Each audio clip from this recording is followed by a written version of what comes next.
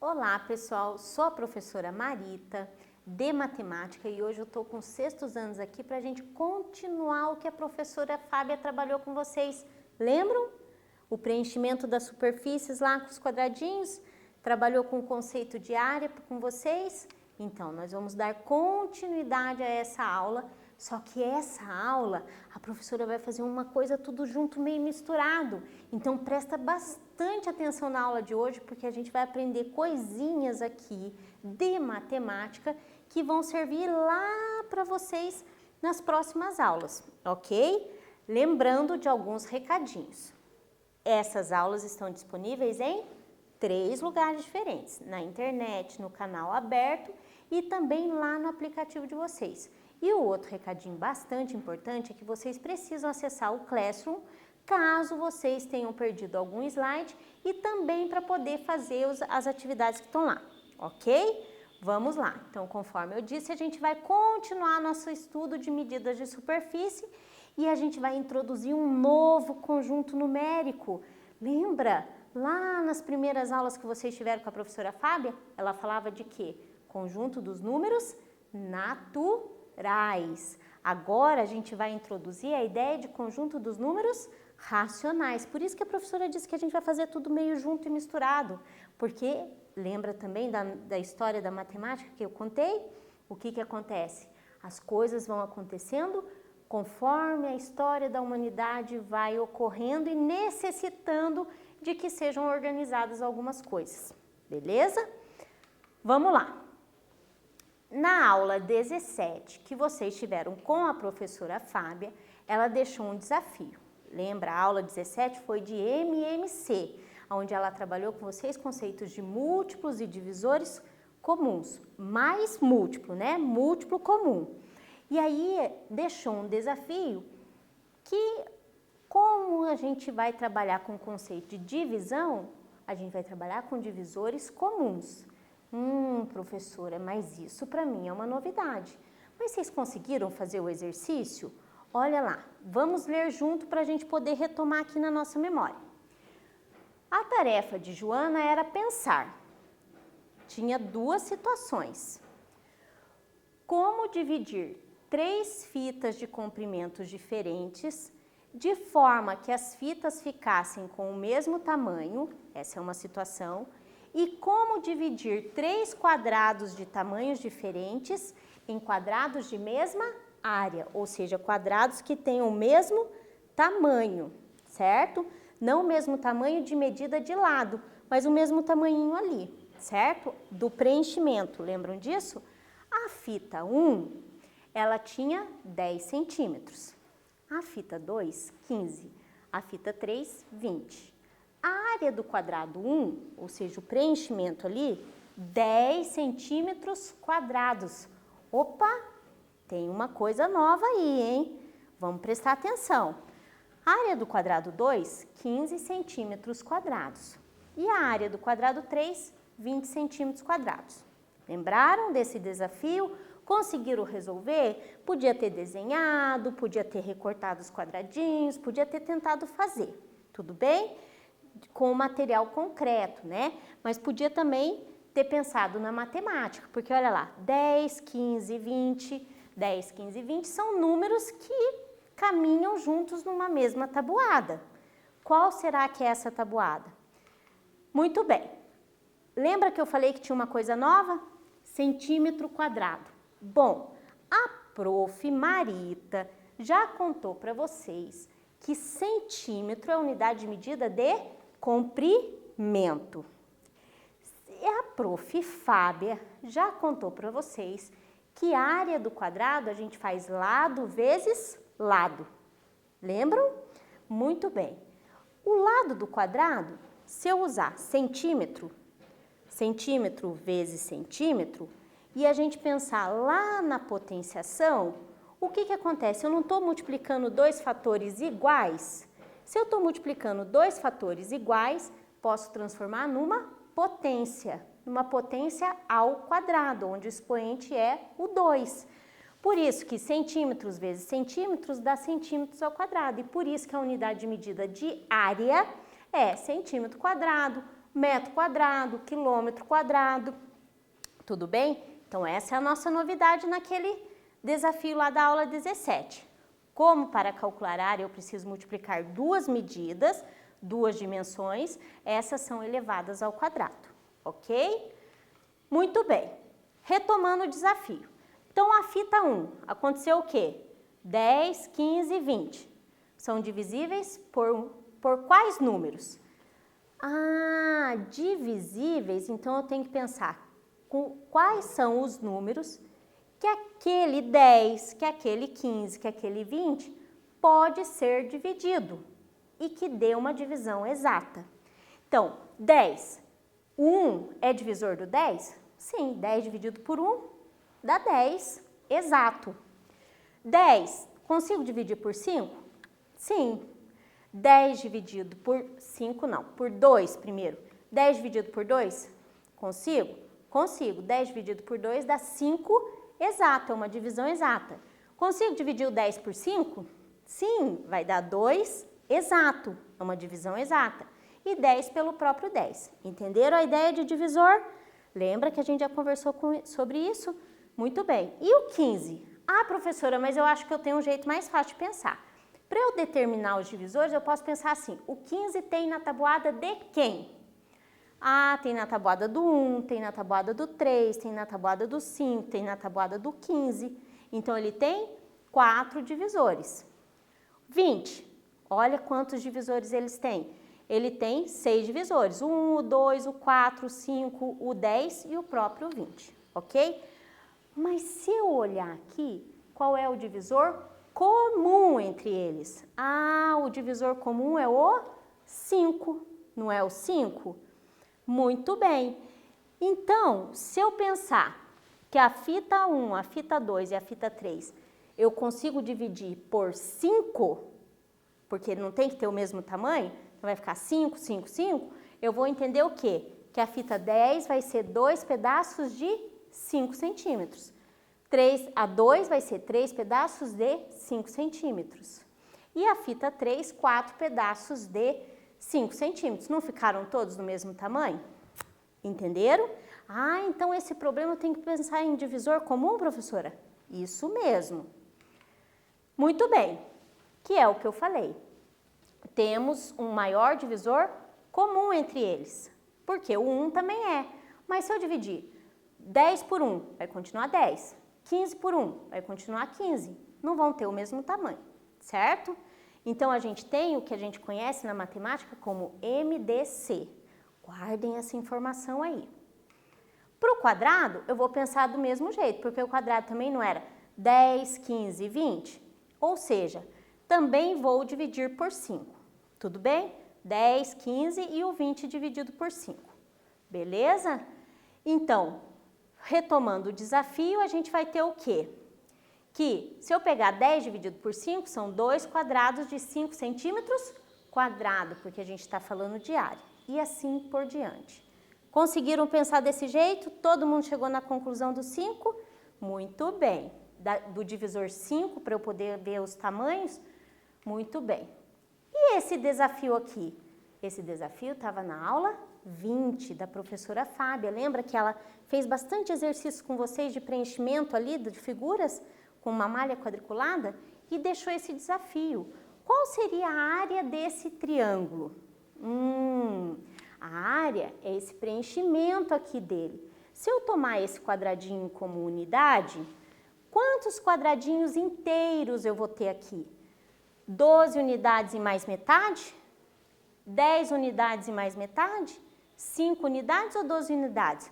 Porque se eu observar aqui, ó, esse triângulo aqui com mais esse triângulo aqui forma um quadrado inteiro. Conseguiram fazer? A prof gosta de usar lápis de cor. Aí eu fui lá e colori para eu ver se tinha dado certo. Qual resposta que vocês usaram aqui? Vamos lá? Olha lá, um quadrado inteiro. Bom, aqui tá fácil, né? Mas olha aqui, esse vermelho com esse vermelho forma um quadrado inteiro. Esse amarelo com esse amarelo forma um quadrado inteiro. E esse verde? não tem ninguém para ele agrupar e formar mais um quadrado. Então, ele é metade de uma unidade, não é? Se ele é metade de uma unidade, então a resposta certa são 12 unidades e mais metade de uma unidade. Olha lá. 1, 2, 3, 4, 5, 6, 7, 8, 9, 10 inteiros. 11, 12 e mais metade. Conseguiram acertar? Tenho certeza que conseguiram. Vamos lá. Mas, professora, como é que eu posso representar matematicamente essa metade de uma unidade? Esse 1/2, ou seja, se eu pegar um inteiro e dividir ele na metade, como é que eu posso representar? A prof vai deixar um tempinho para vocês copiarem essa tela, porque daí eu vou pegar e vou explicar em cima dela, tá bom? Tempo para copiar a tela.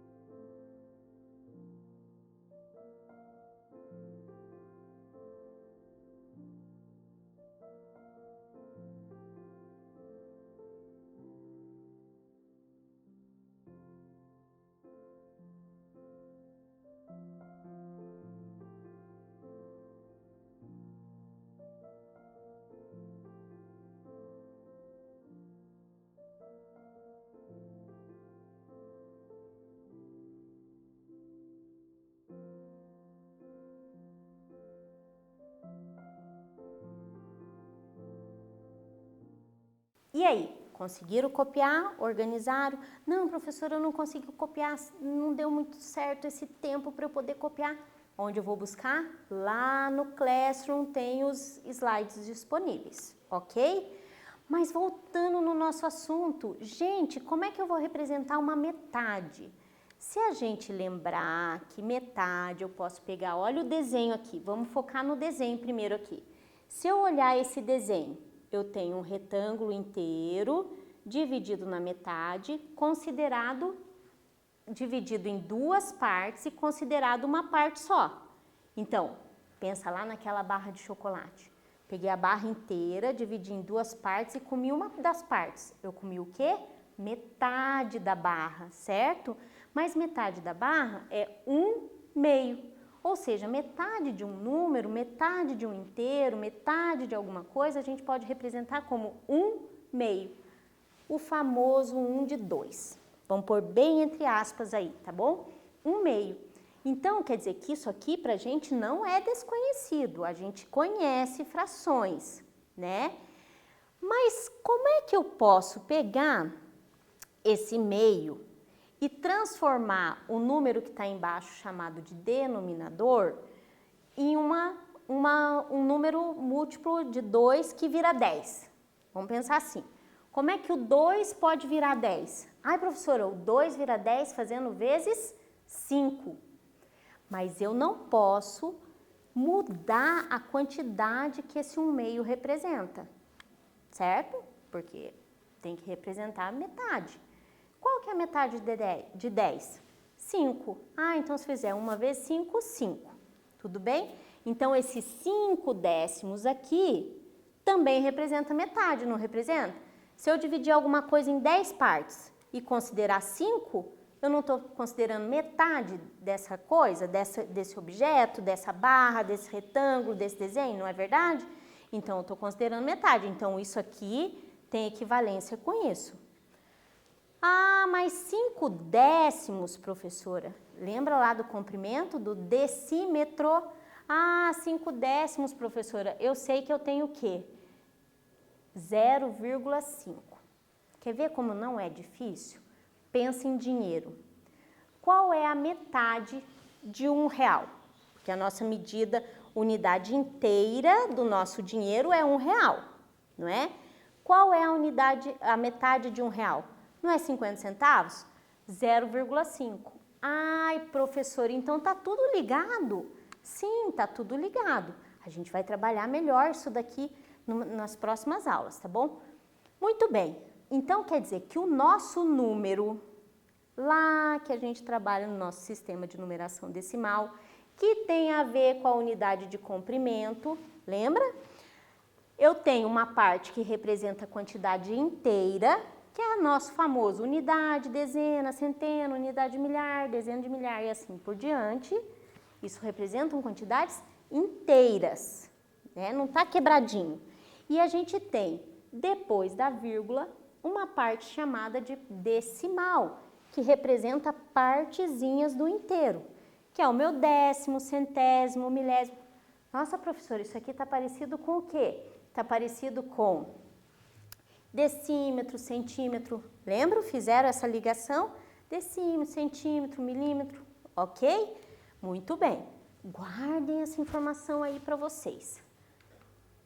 Então, quer dizer que, matematicamente, 12 unidades e mais metade de uma unidade, eu posso representar 12 unidades inteiras. Não são inteiras? Ó, 1, 2, 3, 4, 5, 6, 7, 8, 9, 10, 11, 12. 12 unidades inteiras. E mais uma metade como vírgula 5. Porque metade, por exemplo, metade do real, lembra que a gente fez essa associação? Então, quer dizer que aqui na resposta podia ter um número ali, 12,5. Mas, professora, esses números não são naturais. Não é verdade? Porque o que são os números naturais? Os números naturais são aqueles que servem para contagem. 1 irmão, 2 irmãos, 3 irmãos, 1 ano, 2 anos, 3 anos, ou seja, servem para contagem, certo? Eles acontecem naturalmente com a gente. Muito bem. E esses aqui não, esses aqui têm um sentido diferente de apenas contagem. Embora eles representam quantidades, eles não são simplesmente para contagem, eles têm uma outra função. Então, é assim que acontece com a humanidade. As coisas vão acontecendo, lembra da nossa história? As coisas vão acontecendo e o homem sente a necessidade de começar a organizar essa vida matemática dele. Então, a matemática não está desconexa da história da humanidade. E é assim que acontece. As coisas vão acontecendo, mas e agora? Que conjunto numérico é esse? Como é que a gente vai chamar esse conjunto numérico? E aí a gente tem uma organização dos conjuntos numéricos. Qual é a organização? O conjunto, que é o primeiro que a gente aprende quando a gente entra na escola, conjunto dos números naturais, são aqueles que acontecem naturalmente para contagem. 0, 1, 2, 3, 4, 5, 6. No 7º ano, vocês vão descobrir que existe o conjunto dos números inteiros, que a gente tem os números naturais e mais aqueles negativos. Já ouviram falar nos negativos, né? Ah, minha conta está negativa. Muito bem. E aí, a gente tem, abraçando todo mundo aqui, no 6º ano, o conjunto dos números racionais. Mas o que é o conjunto dos números racionais? São todos aqueles números que eu consigo escrever numa forma de fração. Número decimal eu consigo escrever na forma de fração? Consigo, não é? Olha lá, um número decimal escrito na forma de fração, não é? Olha lá, decimal escrito na forma de fração. Então, eu consigo escrever uma divisão não exata, que dá aquela famosa dízima periódica. Consigo escrever numa forma de fração? Consigo, certo? Então, todo número na forma decimal é racional. Todo número escrito na forma de fração é racional. Dízimas periódicas são racionais. Tudo bem? Então, todo número. E como é que a gente representa? Com as letrinhas. Naturais é o N, inteiros é o Z e os racionais é o Q. Tudo bem? Um dentro do outro. Lembra? Na matemática eles não são soltos. Não é assim, agora eu estou falando de naturais, agora... Não, eles são tudo junto e misturado. Vou dar um tempo para vocês copiarem, porque isso daqui é muito importante para a vida matemática de vocês.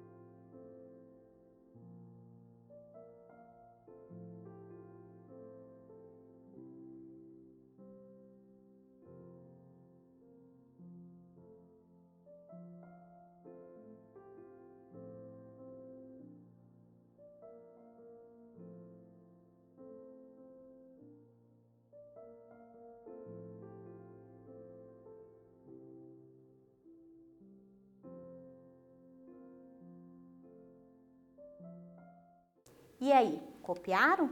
Então, já que vocês copiaram e prestaram bastante atenção na tabela que a professora passou antes, eu vou deixar essa daqui para vocês fazerem.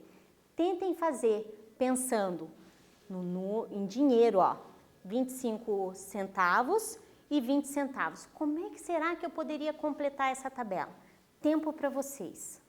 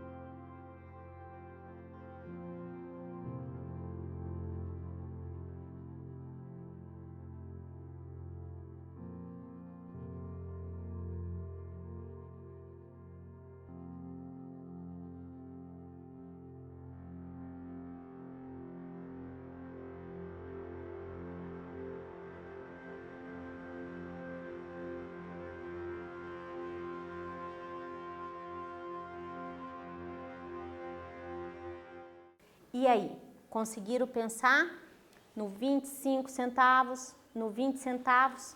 Vamos ver cada um deles? Então, vamos lá. 25 centavos. Como eu leio? 25 centavos.